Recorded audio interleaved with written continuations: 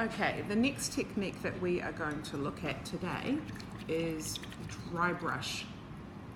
Dry brush is yet again another technique which you can manipulate to give you different types of texture.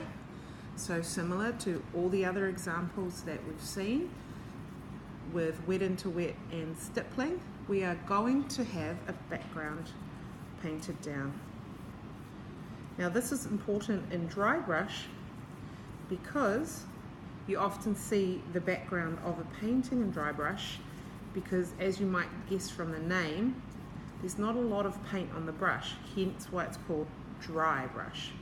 So a background down, again, doesn't need to be perfect or absolutely tidy, it's just to give you the richness of a background because you're going to see a little bit. Now you'll see when I'm going to use dry brush, I'm probably going to switch to this bristle brush, and that's because these bristle brushes, and switch to it from a nylon brush, which I painted the other examples with. The bristle brush has a firmer bristle, which means I can push the paint around a little bit more on the composition. So similar again to these ranges, I'll stick with a green range because that's what I've got paints out here for, clearly. So I'm going to pick up my blue, and I don't want a lot of paint on because the whole point is that I want to drag the paint out and I want to be able to see the bristle marks in it. And so dry brush is a beautiful technique for creating a sense of texture.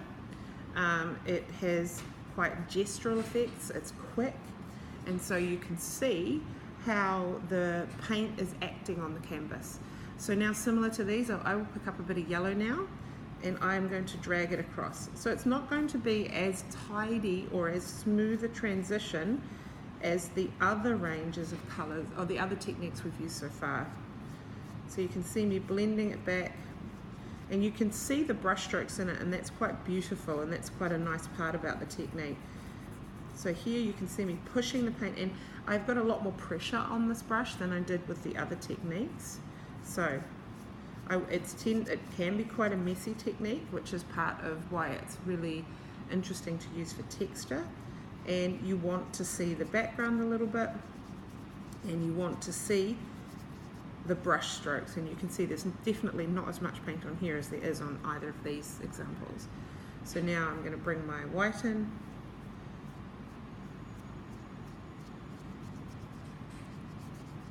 and I'm moving the brush around, but I want to not blend it too much because I want to be able to see some of those funky brush strokes in there. So it's a quick painting technique, and it gives you a nice transition. You can still see that it's blended from dark to light. Maybe a little bit more yellow in here would transition nicely.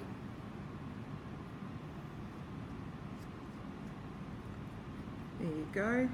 You want to see these brush strokes. You want to see the texture that it brings. And again, I need to just now reinforce this dark because it's layer upon layer. You keep looking at your painting, deciding what else it might need. Does it have enough dark? Does it transition to light? Is it showing me the technique I want to see? So now you can see the transition from dark to light, but it's much more textured and it's got much less paint on, and it gives the impression of being a rather dry brush, which is the technique that we're looking for.